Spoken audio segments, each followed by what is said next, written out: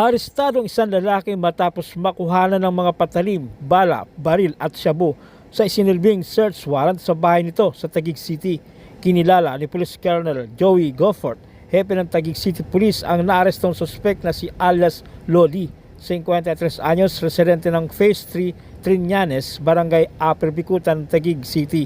Sa ulat ng pulisya, dakong alas 2 ng hapon ng isilbi ng mga tawan ng Substation 7 sa ilalim ng pangasiwa ni Police Major Crisanto Agualin ang isang search warrant number 2025-010 para sa paglabag sa RA 10591 o Comprehensive Law on Firearms and Ammunition na inisyu ni Honorable Judge Loralie Cruz Datahan ng RTC Branch 69 ng Taguig City kontra sa suspect. Nakuha sa kwarto ng suspect ang isang unit ng caliber 38 revolver na kargado ng 3 bala, isang pirasong bala ng 45mm, 2 piraso ng bala ng shotgun, isang kutsilyo, isang katana o samurai, isang coin force, 3 plastic sachet ng hininalang shabu na nagkakalaga ng mahigit 18,000 pesos at mga drug paraphernalia.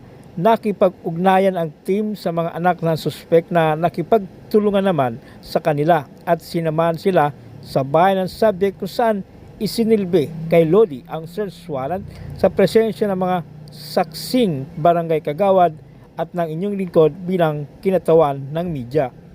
Presiding Judge ng Branch 69, Taguig City. Search warrant po ito. Ha? So, ito po, nakasad po dito na mayroon daw po kayong tinatagong baril o ano man dyan, pinagbawal na droga, kung ano man. Wala po sir. Ha? So, ito malalaman po natin. So, dito po yung address nyo na Block 63, Lot 27, Phase 3. Yes, sir. Triñanes Street, Barangay Upper Bicutan. Tama po? Opo sir. Oh, sige sir.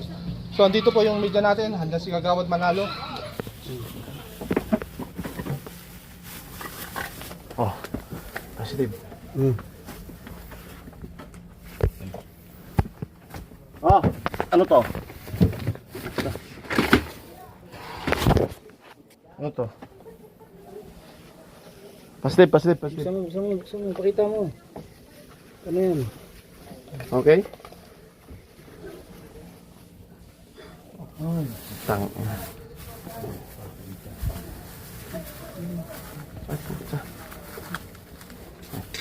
Positive siya. Oh, loaded.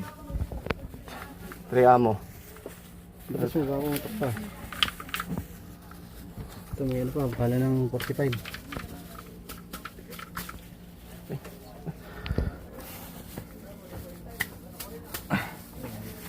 Okay.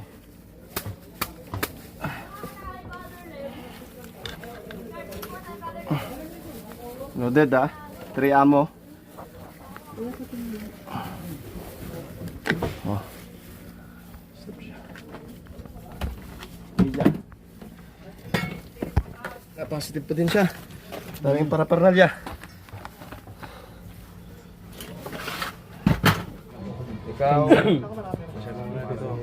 Ikaw Lope Andres Regal de Marino aka Lodi ay inaaresto sa bisa ng search warrant number 2025-010 na pinirmahan ni Presiding Judge Loralie Cruz Datahan. Ikaw ay may karapatang manahimik o magsawalang kibo. Ano man ang iyong sasabihin ay maaaring gamitin pabor o laban sa iyo. Ikaw ay may karapatang kumuha ng iyong sariling abogado na tagapagtanggol. Kung wala kang kakayanan, maaaring pagkaloban ka ng gobyerno. Ikaw rin ay may karapatang kumuha ng iyong doktor. At kung wala kang kakayanan, magkakaloban ka ng gobyerno. Naintindihan mo ba ang lahat ng iyong mga karapatan? Arestado ng Pateros Police ang isang high-value individual at isang street-level individual sa bypass operation sa Rosales Street, Barangay Santa Ana, Pateros.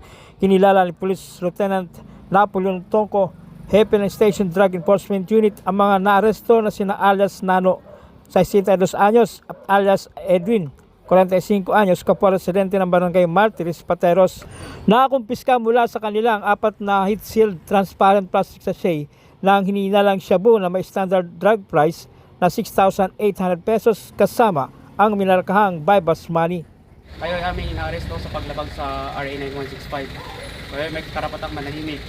Lahat ng inyong sasabihin ay pwedeng magamit, pabor o kontra sa inyo sa anumang korte dito sa Pilipinas. Kayo din ay may karapatang kumuha ng iyong abogado. Kung hindi nyo kaya, ang gobyerno ang magbibigay ng isa para sa inyo. Kayo din ay may karapatang magpakonsulta sa anumang doktor. Lahat pa ng sinabi kong karapatan nyo ay inyong naintindihan. Naintindihan niyo ba? Naintindihan mo? Arestado naman ang dalawang suspect sa sinagawang bypass operation ng Pateros Police Drug Enforcement Unit sa Rosales Street, Barangay Santa Ana.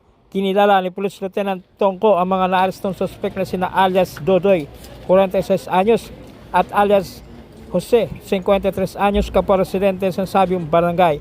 Ayon sa ulat ng Pateros Police Station, nagkasa sila ng anti-illegal drugs bypass operation na nagresulta sa pagka-aresto ng mga suspect sa ganap na alas 10:50 ng gabi matapos magbenta ng ininalang illegal na droga sa Pusher Buyer kapalit ang bypass money. Nakumpiska sa mga naarestong suspect ang 5 pirasong plastic sachet ng ininalang illegal na droga na may timbang na 3 gramo at nagkakalaga ng 20,400 Kayo ay pesos. aming inaresto sa paglabag sa Republic Act 9165. Kayo may karapatang manahimik at magsawalang ibo. Ano man ang inyong sabihin, maaaring gamitin pang marulaban sa inyo sa anumang hukuman dito sa Pilipinas. Kayo may karapatang kumuha ng sariling abogado. Kung wala kayong kakayanan, pagkakalooban kayo na sa mga ating gobyerno. Pero may karapatang kumuha ng sariling doktor upang sulayin kayo personal.